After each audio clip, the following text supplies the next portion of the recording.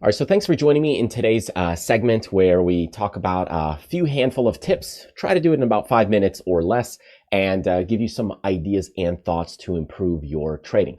All right, so let's get started. In today's video, what we're going to do is we're going to cover trading rules because in essence, they are dead and they will hold you back. I know me back when I started, I set up trading rules. It's something that's a good starting point, but I'm going to share with you some insights to take your trading a little bit further and open up your mind a little bit more. Now, if you're brand new to this channel, definitely check out some of the other things we have on our trading website like tradersfly.com or criticalcharts.com. There's a lot more stuff there on options if you're trying to grow yourself mentally and even with some strategies. So check those things out if you want to continue to learn your education. So let's go ahead and get things started. So I'm going to start with kind of issue number one and problem number one when it comes to trading rules is that when you are unprofitable, you don't know what rules to set. See, what happens is when you're first starting to put on a trade or get into trading, you think you know what rules to set. This is the amount you should risk. This is the amount, don't risk more than 2% on your account. Don't risk more than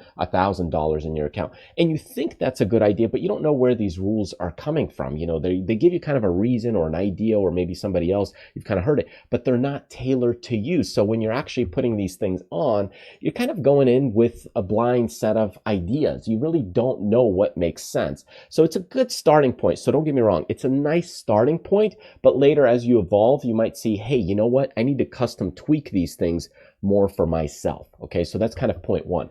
Point number two is that rules give you a false sense of security as trading is dynamic. So trading is kind of like an organic thing. It's constantly moving, breathing, acting, behaving differently because it's mass psychology coming into play. People are coming in to buy, people are coming in to sell, and things are constantly changing. So you have to adapt, right? If you're hungry because you went and worked out, you have to eat more on that day. If you're thirsty, you got to drink more. So in trading, it's no different. If there's a lot of buying that's coming in, it's going to accelerate the price. So it's going to be a lot different than, hey, well, it said I don't take on a trade based on X, Y, and Z. Well, you might miss out on that trade. Or vice versa. You're starting to see a stock selling off and you're starting to see some signals, but your rule says stay in the trade. So oftentimes what can happen is that you're going to get annoyed with what's happening with the results because you're going to either get into the trade too late or get out of the trade too early, or vice versa. You're going to stay in the trade too long,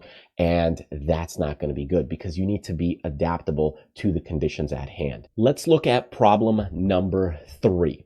Now, the third big issue when it comes to trading rules is that they're based on back testing, but the future might be different. The things you're doing, most of the time you're setting rules up based on stuff that happened in the past.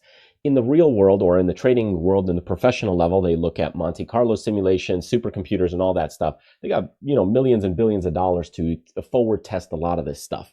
Now, in our sense, when we look at trading, we're looking at it in the back. What happened in the back? So I'm going to go ahead and set a rule. So in this case, kind of like when you're driving down a road, there's a lot of accidents. So what they'll do is they'll put a stop sign there, or they'll put a light there, or a flashing caution sign.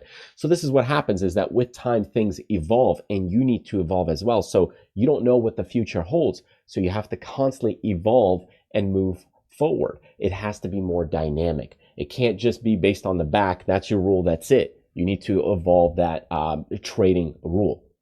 So when we look at the next thing, problem number four is that rules are often based on a single strategy and have little flexibility.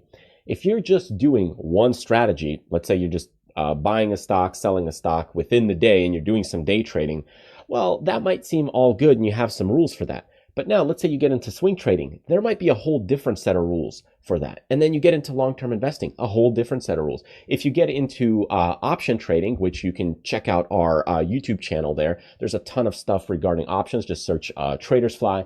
There's going to be, with option trading, a ton of different set of rules there as well. So what you might actually want to do is kind of focus more on a plan. Looking at how I evolve my trading plan or system or strategy, rather than just, hey, these are my rules or this is my rule set, because that will confine you, because you're going to have a different set of rules for this strategy, a different set of rules for verticals, a different set of rules for long-term investing, a different set of rules for Forex or whatever trading you do. you might have a whole different set of rules. And that's a lot of rules to follow. And as you know, humans are not good at rule following in every specific situation. If you ever went over 1 mile an hour on a speed limit, then, well, you haven't followed the rules exactly and precisely.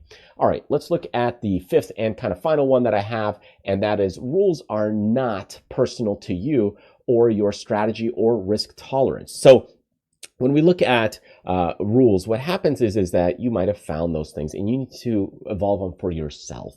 And that's sometimes a personal growth thing that you have to do. What you ultimately need to do is kind of, hey, do some of the trades and then tweak the rules, and then do some more trades and tweak the rules, and do some more trades and tweak it again. So by the time you have 3 or 4 iterations later, sets of trades that you've done, you've now fine-tuned your overall strategy or plan or technique. And now you'd have new set of rules and criteria of your entries, your exits, the way you manage things, and so on and so forth. And that's really what you're trying to get to, is to iterate and make things better. But the rules at the beginning are not yours, and you haven't really tested them in a live environment until you've done multiple trades. So that's ultimately what you want to do. So if you want to go ahead and actually get better, the smart approach is actually to go and create certain criteria, do that for 10 to 20 trades, then do again, make some tweaks and go again to the next set, and then again do another set. So after a little while, what you'll have is a more evolved trading system, a trading strategy and plan. And then those rules are really kind of a composite of how you manage and work the trades, and how you get into the trades, how you exit the trades, and much more. So anyways, I hope you find this helpful, useful, and insightful. Truly appreciate you sticking with me. Feel free to grab some freebies on our website there. You can just click the link down below or check out the descriptions. And there's a ton of great information, content, and things you could do to evolve your trading. If you're interested in getting into options, check that out as well. And I will see you in the next video segment. Take care.